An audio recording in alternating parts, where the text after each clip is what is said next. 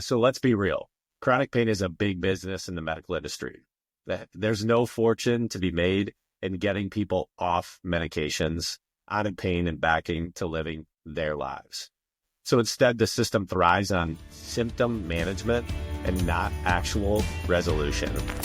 Welcome to Health Decode, your number one source for real health information, with your hosts, Dr. Alessi and Matt Tack. All right, you were born ready for this. Welcome back to Health Decoded, where we unravel the complexities of health and wellness with science-backed insights. I'm your host, Dr. Alfred Alessi. And the famous co-host, Matt Tack. Good to see you, man. Today's episode is all about you, the listener, and giving you real answers to empower you to live to the healthiest and highest version of yourself. Yeah, today we're going to be highlighting some questions we commonly hear that we helped patients debunk and get functional, actionable answers. And here's a quick teaser. Stay tuned, as these questions could have questions you've been having. A little bit of a mouthful there for you, guy. Man, what's going on with the beard? You trying to look like me or something? I am. I'm growing it out a little bit. Maybe it's a little bit of laziness, but I'm digging it.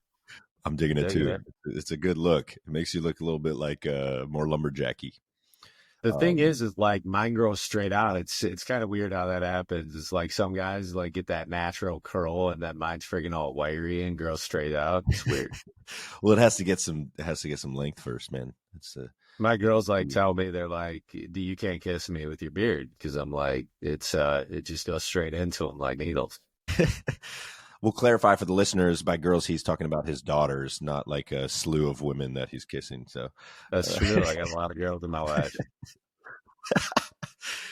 Awesome, man. Well, just a couple updates for everybody. We're doing a really cool thing on March 8th, man. I'm super excited. We're going to be doing our Spring into Health block party at the clinic, Alessi Functional Health in Tampa, where we're going to be having a bunch of really cool things going on. We're going to be doing complimentary x-rays and evaluations and health screens for our patients and friends and family, anyone who shows up.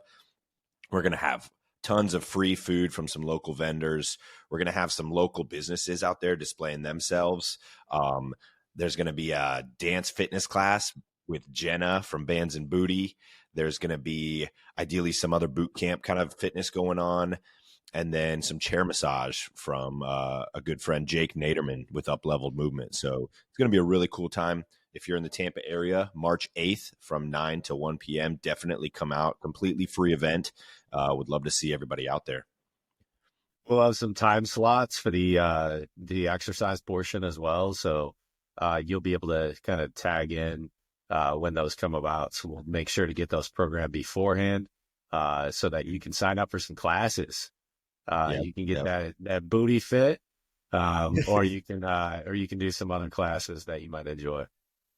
Awesome, man. Yeah, looking forward to that. Well, let's get into it, man. Today's episode, we really wanted to provide a ton of value just based on the things that we hear on a daily basis in the clinic. These are questions that we get all the time. We've been doing this for 5 years, and a lot of the questions tend to repeat themselves because we see the same things in this field. So we basically came up with like a list. We have like a running list of questions we hear, but for today, we came up with a list of some of the more common ones. And we just kind of want to get into it and provide a little bit more detail. So we really put some time into answering these for you guys. So also, I will say, if this is something that rings a bell or strikes a nerve with you, then let's connect and let's see if we can help you out, because there are ways to get around these things that you don't have to be frustrated and you don't have to deal with these symptoms and stuff like that. So let's just start. The first one we have here is, we hear this all the time. Hey, my doctor quotes, my doctor says my labs are normal, but I still feel awful. I still have symptoms, whether it's fatigue, bloating, struggling to lose weight. So is there something missing in what they tested me? And, so this is classic, man. Your labs are normal. So the doc's like, well, it must all be in your head. But here's the deal. Conventional lab ranges are based on statistical averages of the general population. which is not necessarily what's optimal for health, right? Average is not optimal.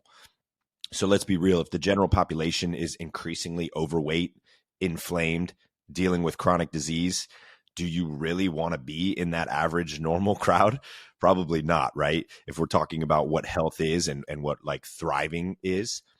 So traditional medicine relies on reference ranges that are designed only to catch the most extreme cases of dysfunction. So if you fall within that range, traditionally trained doctors are just going to say you're normal, right? But they don't. The problem is these ranges don't account for functional deficiencies, where a marker might technically be normal, but still suboptimal for proper physiological function. So that's where functional medicine, the approach we take, we dig deeper. So instead of stopping at the bare minimum, we take a systems-based approach. We're looking at how different biomarkers interact and whether they align with optimal function, not just the absence of disease. So for example, let's talk about thyroid function. Most conventional doctors will only run a TSH test, right? That's your thyroid stimulating hormone. If that falls within the lab range, which can vary widely, by the way, between labs, they'll declare that thyroid as normal. But here's what they're missing, and I see this all the time. So TSH is a signal hormone. It's not actually a thyroid hormone. It tells your thyroid what to do, but it doesn't measure if the thyroid is actually producing the hormones efficiently or if your cells are using them properly. So many patients have a normal TSH but still feel awful because the free T3, which is the active thyroid hormone, is low, or even their reverse T3 is elevated. So then this blocks proper thyroid function. Also, other things like autoimmune thyroid conditions like Hashimoto's, it doesn't show up on a TSH alone. So the research actually shows that 90% of hypothyroidism cases are actually autoimmune in nature. That's a huge number, man.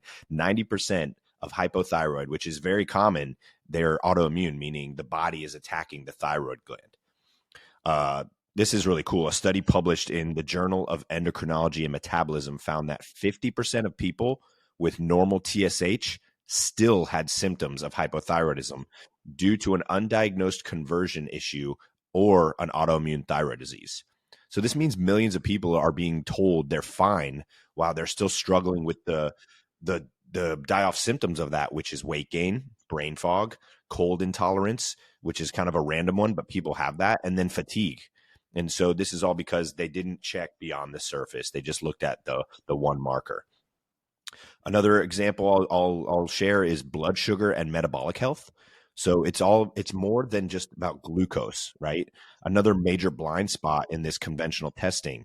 So many doctors will check your fasting glucose, but it's really just a snapshot of the blood sugar regulation. By the time fasting glucose has been elevated, insulin resistance has often been developing for years. So a better approach, or a more functional approach, is checking fasting insulin, hemoglobin A1C, and even doing like a continuous glucose monitoring.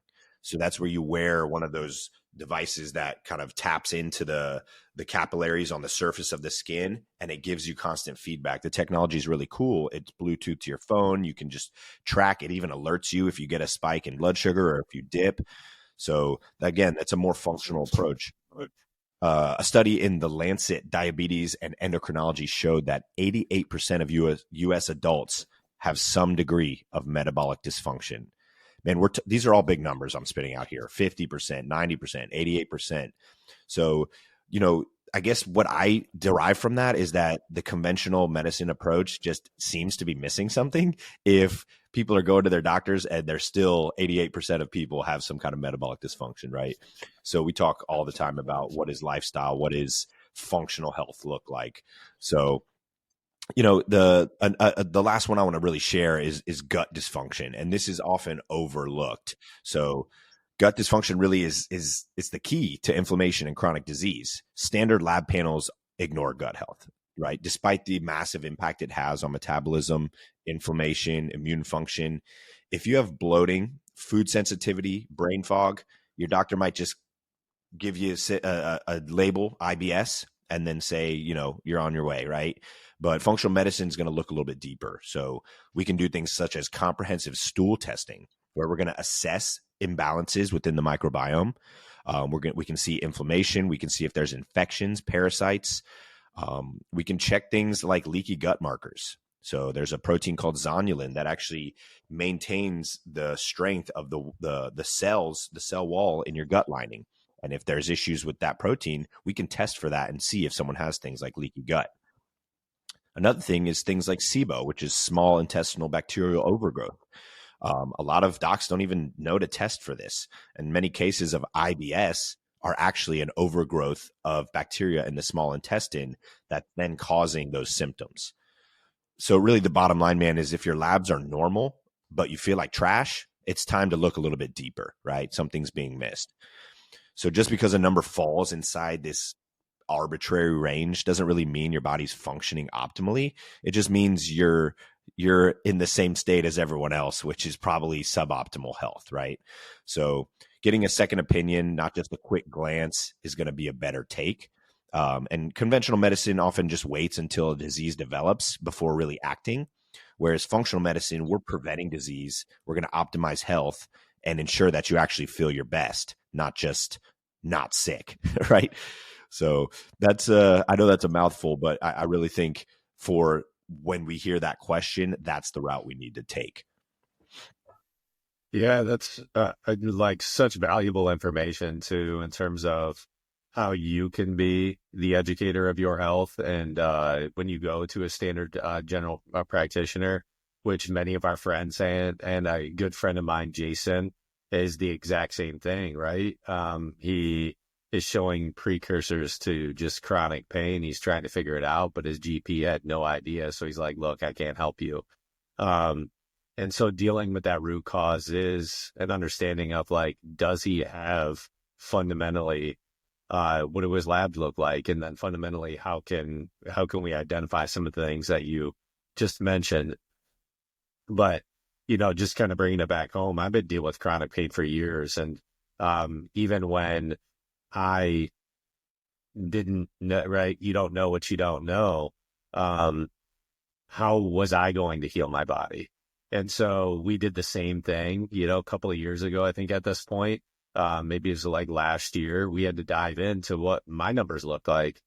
And that was me being proactive and wanting to just figure things out, right? Where I even had a small thyroid issue within my T3. And so we had to figure that stuff out, and I had to create that hurdle. And then have now since navigated on the complete flip side, which my blood work comes back consistent every time. But why chronic pain? Let's talk about this. Why chronic pain is a cash cow for the medical system, and no one's fixing it at the source.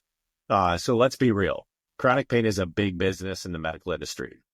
There's no fortune to be made in getting people off medications, out of pain, and back into living their lives. So instead, the system thrives on symptom management and not actual resolution. So let's dive into just a few things that we need to talk about on the way the models are structured. So most conventional pain management follows the pharmaceutical first model.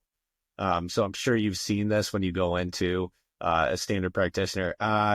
Get an antihistamine, right? Take some ibuprofen. Those things are just to mask the inflammation that you're having in your body, right? Tylenol, all those things that are going to be over the counter, let's mask it. Instead of looking at maybe it might be a dehydration issue, right? A lot of times getting your proper pH levels figured out before taking an Excedrin or an ibuprofen is the best protocol there. Muscle relaxers to numb the tightness, right? Where there's other things that you can use like self-myofascial release on some tight muscle groups, of getting a foam roller, right? Those are different actionable items that you can take. Hey, I got a strain, getting body work done, routine body work done. That's like an important thing instead of masking it with other antihistamines, right? The other way, which is steroid injections to suppress symptoms temporarily, right? A lot of times people, we'll just give you a cortisol shot, or we'll give you a steroid injection to just mask the pain once again, instead of diving into, well, why is that pain there in the first place? So asking those questions of, do I really need this? Now there are times where maybe those are appropriate, right? to just settle the muscles down and get them to relax so that you can use other measures. Opioids are a major thing in today, right? When the pain persists, hey, just like mask it again. Now, those aren't long-term things that you need to put in place because those will ultimately be damaging to other organs in your body. You want to make sure you measure those things properly. And then when all else fails, hey, we got to give you surgery, right? And usually that's the case, is that like, hey, we're going to be angling you towards surgery so that you walk away with a massive medical bill, or your insurance is stuck with it. Instead of trying to figure out, hey, do I need this?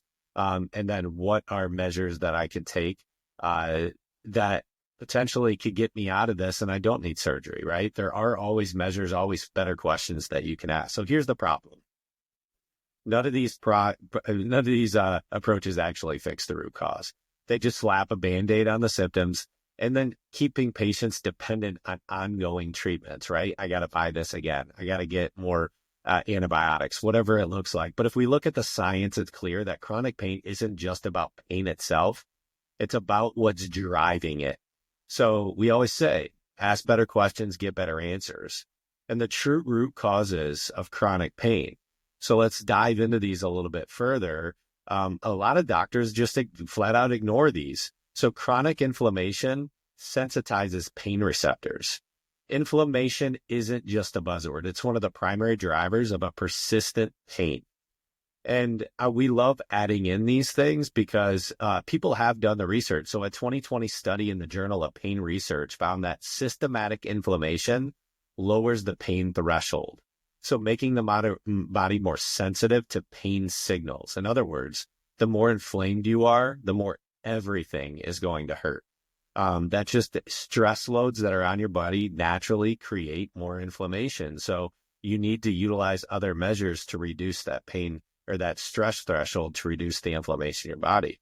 So inflammation leads to nerve hypersensitivity, amplifying pain signals even when there's no active injury. So that can lead to other areas. One thing we do in our clinic is we target the core root of the pain when it's actually might be creating inflammation in other areas. That's called our soft wave technology that basically naturally creates that regeneration in new tissue that reduces the amount of inflammation in the target source.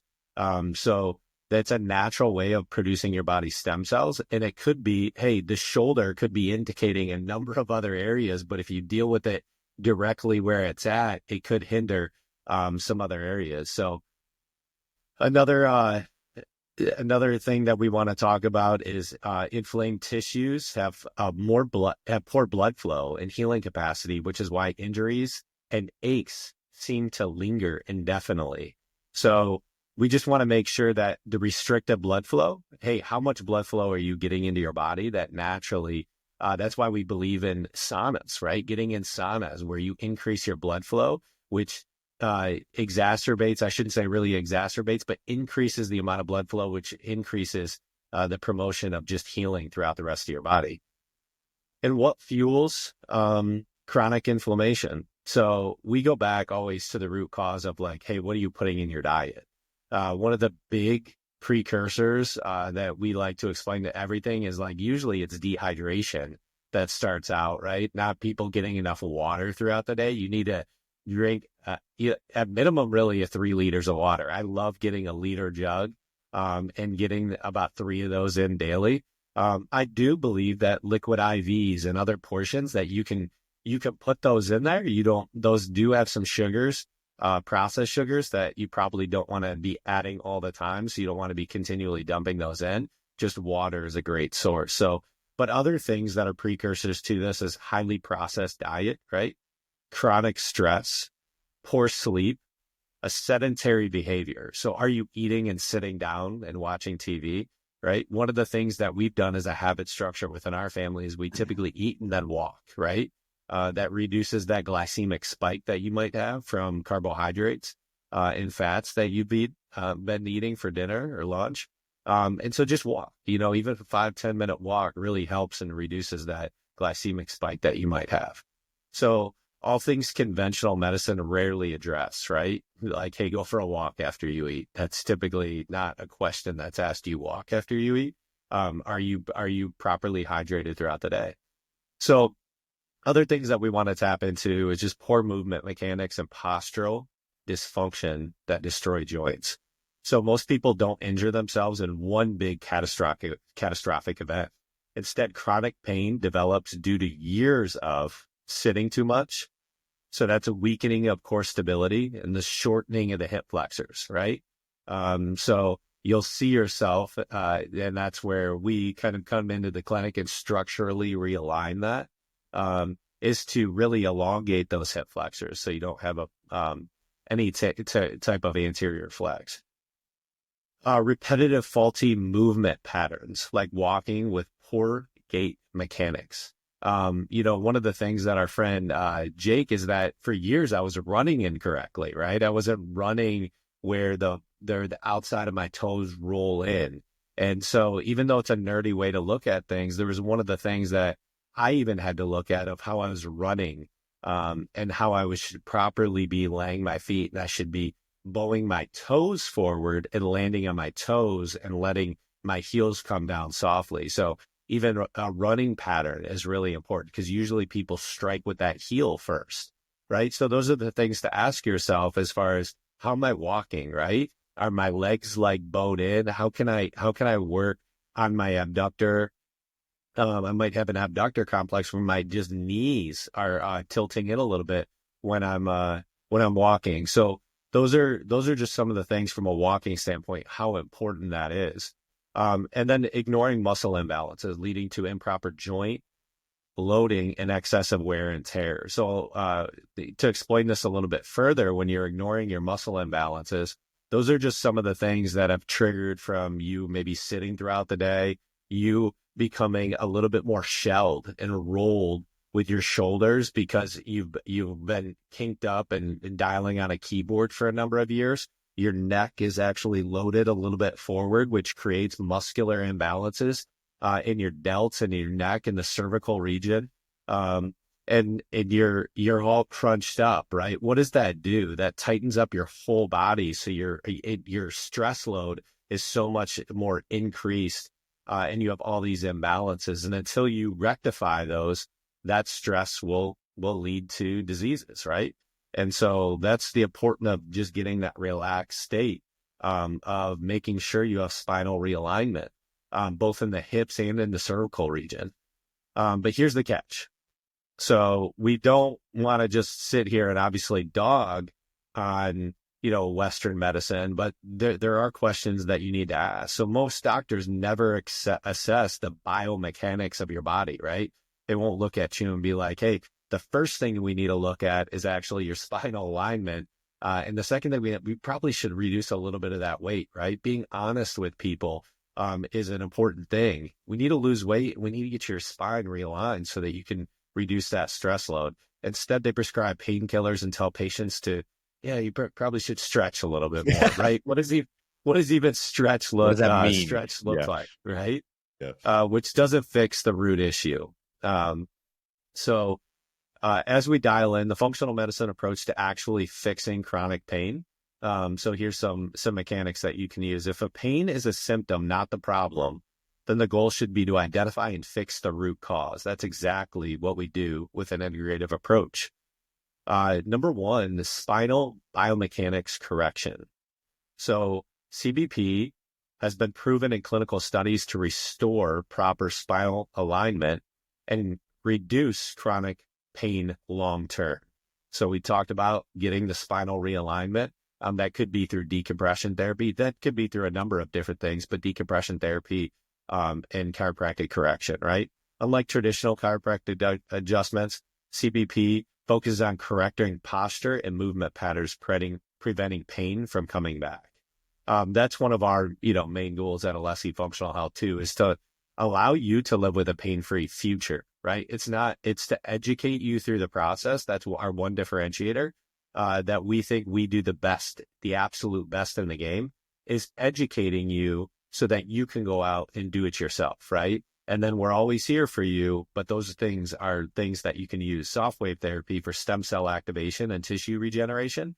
It's something that I talked on a little bit earlier, but soft waves use electrohydraulic shock waves to stimulate stem cell production, reducing inflammation, accelerate healing. Check this out too. This is really cool.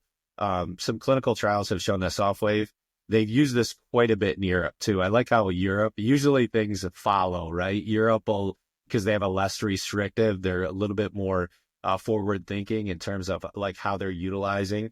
A lot of people walk too, so generally they aren't as overweight, so they can use technologies like this. But clinical trials have shown that soft wave therapy reduces pain up to 70% in just a few sessions, particularly for tendon and joint issues. And I just want to note on this, the reason why tendons and joints are so imperative for the purposes of longevity is because that's what holds your muscular structure, right? So the largest organs in your bodies, the strength of your tendons and your joints are going to be a direct indicator of how much muscle mass you can hold on to later in life.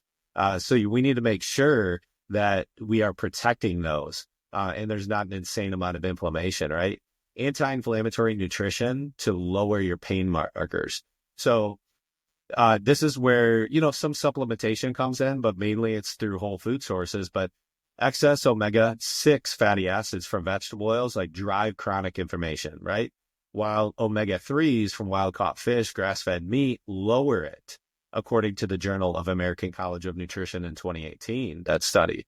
The cutting out of processed seed oils like canola oil, soybean oil, and sunflower dramatically reduce inflammation and pain levels. As we kind of wrap up my segment here, but targeting strength and mobility training, we have GOTA and ATG methods, but the GOTA, the greatest of all time actions, something that I kind of explained it in a little bit detail, but identifying faulty movement patterns and retrains the body for optimal biomechanics, reduces stress on joints. That was one thing that I did because I realized my impact on my heels needed to be reverted to more toe action, right? So I have this rolling effect where I have a softer impact on my heels. So the ATG, the Athletic Truth Group system, focuses on strengthening the full range of motion, preventing joint breakdown. As we were talking about joints, how pivotal joints are in promoting muscular density, right? And maintaining that stronger joints you have, the more muscle mass you can hold on to. A study in the Sports Health in 2021 found that targeted strength training reduces chronic knee and back pain by 50 to 80% over time, something drugs could never, ever accomplish. Man, and you said something there that is just so profound. It's like fixing pain at the source and getting to the root cause of people's problems and getting them healthy is actually bad for business, right? And so that's the whole concept here, is that conventional medicine and pharmaceutical industry, it's a business, and everyone knows that by now. So if more people corrected their biomechanics, improved their metabolic health, reduced inflammation naturally, guess what? They wouldn't need these lifelong prescriptions of pain meds. They wouldn't need the recurring steroid injections or the expensive surgeries that in this country, the failure rate of surgery is 50%. So flip a coin. You might come out there with a successful spinal surgery. You might walk out of there debilitated, right? And so that's bad business for the pharmaceutical industry, is that they're just managing something so that you keep coming back. And so we, like you said, we do it differently at our clinic. And I tell every single person I meet that my goal is for you to not need me, right? Like if I have you coming back to my office over and over again with an issue, right, with an active acute issue, then we didn't do our job. A lot of patients continue to come to us for preventative and optionally for maintenance care because they choose to, but they don't need to. And so, we've kind of taken the chiropractic model and gone a different route. We're not trying to keep you on the hook forever. We want to discharge you at some point and say, hey, you're good. Now just maintain what we've taught you and you'll be good, right? And let us empower you through this and educate you through this whole process. And now you are the one who's in control of your health. So that's kind of the approach we take. And I've had other chiros be like, dude, that's not a good business model. And I'm like, well, we get a ton of people sending us their friends and family, and it's actually been pretty good for us. So because people want to get out of pain, they don't want to feel like they're there forever. They want an end line, right? And so that's our goal. So the next question that we had here on our list is, let's see. I was told that taking medications for my thyroid or blood sugar is my only option, right? And this kind of goes for anything. Are there natural ways rather than just managing the symptoms? And this is kind of what we just talked about, right? Medications are not a real solution because they are not bioidentical. Your body has to figure out what this is, and it's going to have an action inside the body, but it's not actually going to assimilate and do something that's going to naturally cause your body to start healing. So I wouldn't say that I'm 100% anti-medication. There's times when they're necessary, right? For short-term interventions, acute conditions, or life-saving emergencies, of course. But the problem is they're handed out like candy, right? Often without a second thought as to like, why is the dysfunction happening in the first place? And I think we're just going to continue to beat the drum on this and beat this dead horse in our podcast that there's other options, right? And so the conventional medicine operates basically on a diagnose and prescribe model. So you have X, here's X drug, right? You have Y, here's Y drug. And it's kind of a lazy system, if you ask me. Nobody's really asking, like, why did this happen in the first place? Hey, did you have a stressful event that might have triggered an autoimmune condition to then now lead to these symptoms, right? Did you go through some kind of major trauma, right? What are these more in-depth causes? So, a couple of case studies that we've got and I'll kind of share here is like managing versus reversing type 2 diabetes. I think this is something that people still don't know is that type 2 diabetes, which is a lifestyle related disease, it's not a genetic condition, is reversible. I'll say that again, type 2 diabetes is reversible. We have done it in our clinic and we've helped people to get those numbers to normal. So, most doctors universally will just prescribe metformin and tell patients to watch their diet. But like, what does that even mean, right? Go low carb, go keto. But they don't teach patients how to actually reverse insulin resistance, which is the issue, right? That's the root cause. So a 2021 study in Nature Medicine found that a low carb, high protein diet combined with resistance training can reduce hemoglobin A1C levels as effectively as metformin. Wow, right? So why? Because it addresses the root cause, which is the insulin resistance, rather than just suppressing the blood sugar levels, which is the symptom. So what actually causes insulin resistance? Chronic overconsumption of refined carbs and processed seed oils, lack of muscle mass, right? Muscle mass is the largest site in your body for glucose disposal, and poor sleep and high stress, which are going to bump cortisol up and then lower insulin sensitivity. So instead of just handing out metformin, like, why aren't we teaching patients to cut out the processed sugar and the seed oils that are fueling the inflammation? Encourage resistance training. This is something you and I preach, right? Get that muscle mass up because it's going to improve glucose metabolism. Your body's going to utilize that glucose more. And then addressing sleep quality and stress, which are going to directly impact insulin sensitivity and cortisol. So if patients actually reverse their diabetes, they wouldn't need metformin for life, right? But again, that's bad for business for the people selling metformin and the big pharma. Another Also study, to add, yeah, also to add to that, and what a lot of people don't know, and that's why this needs to be said, is that it's not even just metformin that these type 2 diabetics are on, but a lot of people, that have excess weight, because those are typically the people with type 2 diabetes, they'll, prescribe a GLP-1, and that will actually be targeting your muscle mass first, which is why we say resistance training first, right? Because if you're going to get on that, you're going to be losing 30% up to 30% of your muscle mass, which it's not fat loss, it's actually muscle loss.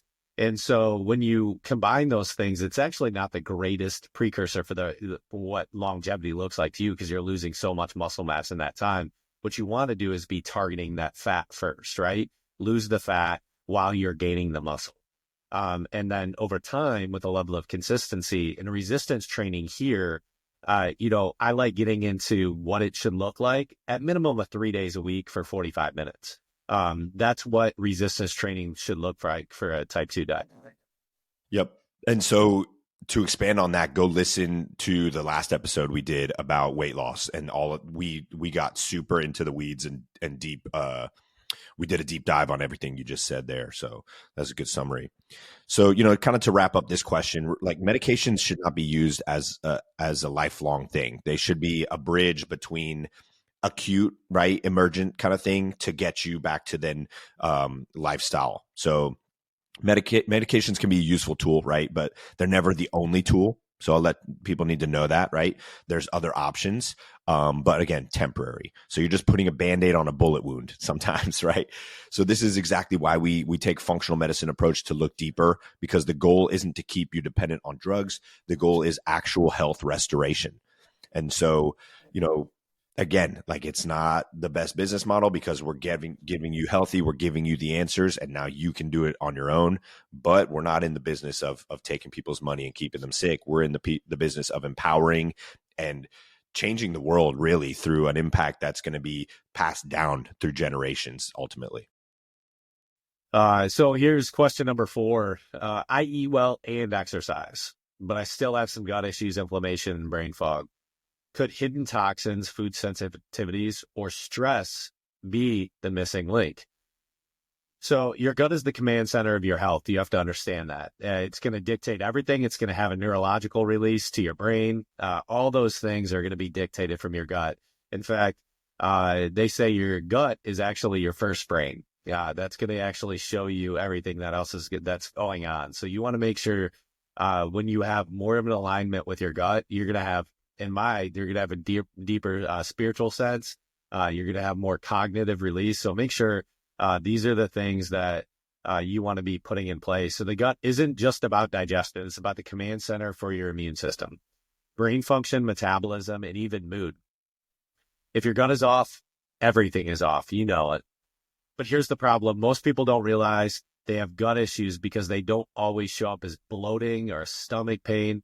Instead, gut dysfunction can manifest as brain fog and fatigue, joint pain and inflammation, anxiety and depression, autoimmune diseases, chronic skin condition like eczema and acne. And yet conventional medicine barely acknowledges gut health issues until you've had full-blown IBS or even Crohn's or colitis. But let's break down why your gut is so critical to overall health and why just eating more fiber and popping a probiotic isn't enough. Those famous greens that everyone is on nowadays, right? So here's gut dysbiosis, the root of chronic inflammation and disease. Your gut is a home of trillions of bacteria that regulate immune function, neurotransmitter production, and metabolic health. When your gut bacteria are balanced, you feel great. When they're out of whack, then there's dysbiosis. If it can trigger systematic inflammation and disease. So here's a study done in 2021 by gut microbes found that gut dysbiosis is directly linked to autoimmune conditions, chronic inflammation, even mood disorders like anxiety and depression. So translation, your gut microbiome doesn't just affect digestion, it affects your immune system and brain, which affect your digestion, right? And what's wrecking people's gut health? Antibiotics, right? That's wiping out the solid gut bacteria that you have. So think of your kids, right? If you're constantly putting them antibiotics every single time, they get a little sniffly cold. That's exactly what it's doing. Glyphosate, herbicides and non-organic food, right? Which have been linked to a leaky gut and microbiome disruption. Processed foods, as we talked about, artificial sweeteners, which feed bad bacteria and cause inflammation. Chronic stress and poor sleep, all things that we mentioned, both of which alter gut bacteria and composition. And gut health isn't just about digestion, it's about preventing chronic disease before it even starts. So let's dig into a little bit about what leaky gut is. So typically this is where people are going to see this a little bit later in life. You're not going to see this. You could see this at an early age, right? We might be actually seeing it more with the amount of gut dysfunction that we're seeing in adolescence. If you're an adolescent with leaky gut, that's those times are probably coming, but typically you're going to see this in your 20s and 30s. Leaky gut is intestinal permeability. All right. So just to give you a little bit of explanation about how the gut works, it breaks down your food through the large and small intestines. It's broken down. All those micro macronutrients are then get into the gut, and then they're pushed out into the bloodstream. So if you're in chronic inflammation, you're not getting enough of those macro micronutrients if your food source isn't there. So this happens when the lining of your gut becomes damaged, allowing toxins, bacteria, undigested food particles to leak into your bloodstream. This triggers chronic inflammation, food sensitivities, and autoimmune reactions. So in a research in the Journal of Clinical Gastroenterology found that increased intestinal permeability is linked to autoimmune diseases like Hashimoto's, rheumatoid arthritis, and even multiple sclerosis. So what causes leaky gut? So you have a number of different things that we already talked about, but glyphosate, again, that's a herbicide in conventional food, weakens gut lining and integrity. So then you have like the ibuprofens, the aspirins, NSAIDs have been shown to increase gut permeability. So doing those on a daily basis is not something as a precursor for longevity, right? Gluten and seed oils could trigger an inflammatory response that worsens gut barrier dysfunction. So if you're struggling with chronic inflammation of joint health or autoimmune issues, your gut is likely part of the problem. Where you're going to dive into the most where you can have a body that naturally heals itself is when you focus on your stress and sleep receptors, right? The overlooked gut killers. Most people don't realize that stress and lack of sleep can literally change your gut microbiome. As your body recovers, this is what's kind of cool about how the body works is that when you get proper sleep, your spine is actually releasing fluid, right? And allowing your cerebral fluid just to go and cleanse the brain, right?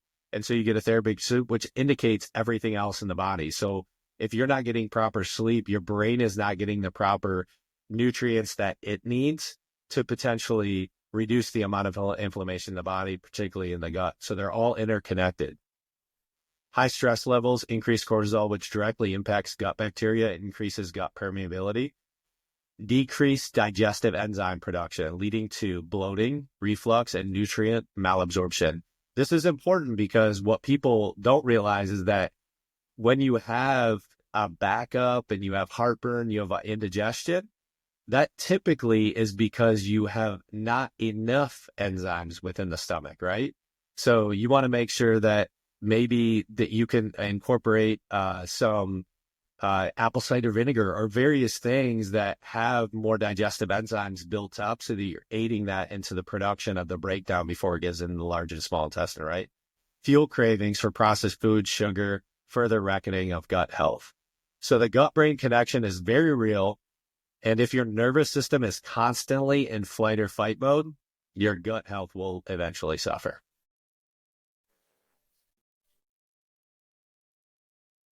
Yeah. So, like that's great, man. And then it's all about, again, like coming back to what's the functional medicine approach to gut health. And so you said it, like instead of just throwing probiotics on the problem, which is like basically like planting flowers in a toxic waste dump, you're throwing a bunch of good stuff onto something that's not working. So the systematic approach is, number one, we have to identify what are the inflammatory triggers, right? So we can assess for food intolerances such as gluten, dairy, seed oils, artificial sweeteners that are contributing to the inflammation. Then you got to balance the gut microbiome.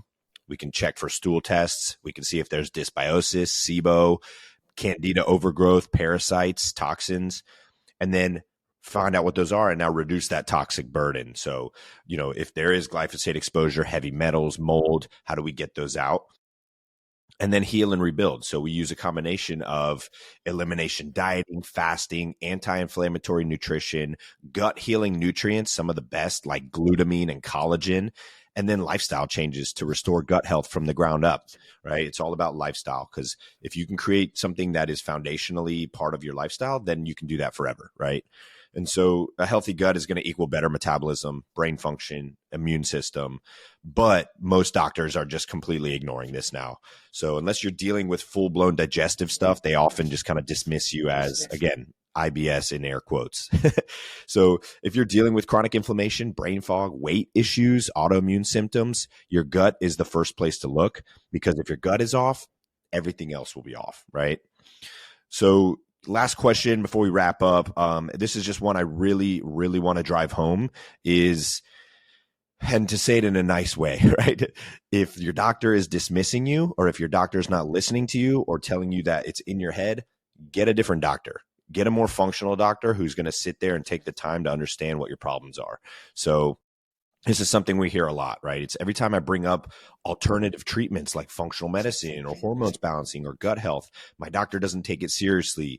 So like, why is conventional medicine so resistant to these holistic approaches that I've heard work or actually do work, right? And so again, beating the drum here, conventional medicine isn't about prevention. It's about lifelong customers, because it's a profit-driven system. These doctors have to hit quotas of how many medications they give out a month, a week, whatever, right? And that's just the truth of it. That's the ugly truth. So the pharmaceutical companies are the ones funding the medical schools, the research, the guidelines. So the entire system is set up for them to have their kind of stake, right? Or their way. So conventional doctors they're trained to prescribe, not prevent. That's just how it is. I'm not saying that they're bad people. I'm not saying that they're ill-intentioned. That's just how they're trained, right? And so if you were a professional athlete and you were trained to do one thing, and then now they're telling you to do this, you're going to have no idea what that is, right? So they're trained to diagnose and prescribe medicine. So according to JAMA, the Journal of Alternative Medicine 2019, the average doctor receives less than 20 hours of nutrition education in their entire medical training, right? So your doctor's not going to be the one to tell you how to eat healthy. It means they probably know more about the latest diabetes drug than actually how to reverse insulin resistance with diet and exercise. So, honestly, let's be real. When was the last time your doc talked to you about gut health, microbiome, use things like that, strength training, right? When was the last time they asked you if you work out, kind of what your hormones are doing? They don't. And because that's not what they're trained to do. So the system being built I'd even go further and ask your doctor, what do you know about the drug you're prescribing me? What do you really know about the drug you're prescribing me? Because typically, what did the rep tell you, right? Yeah, what the rep tell you? Yeah. Yeah, exactly, man. And so, again, the system is built on chronic disease, not health. So if you heal your gut, if you fix your chronic pain through natural things, you're not going to need the system, right? And so that's not good for them. So the functional medicine approach is always root cause, right? We focus on metabolic health, balancing blood sugar, insulin, inflammation before diabetes develops, right?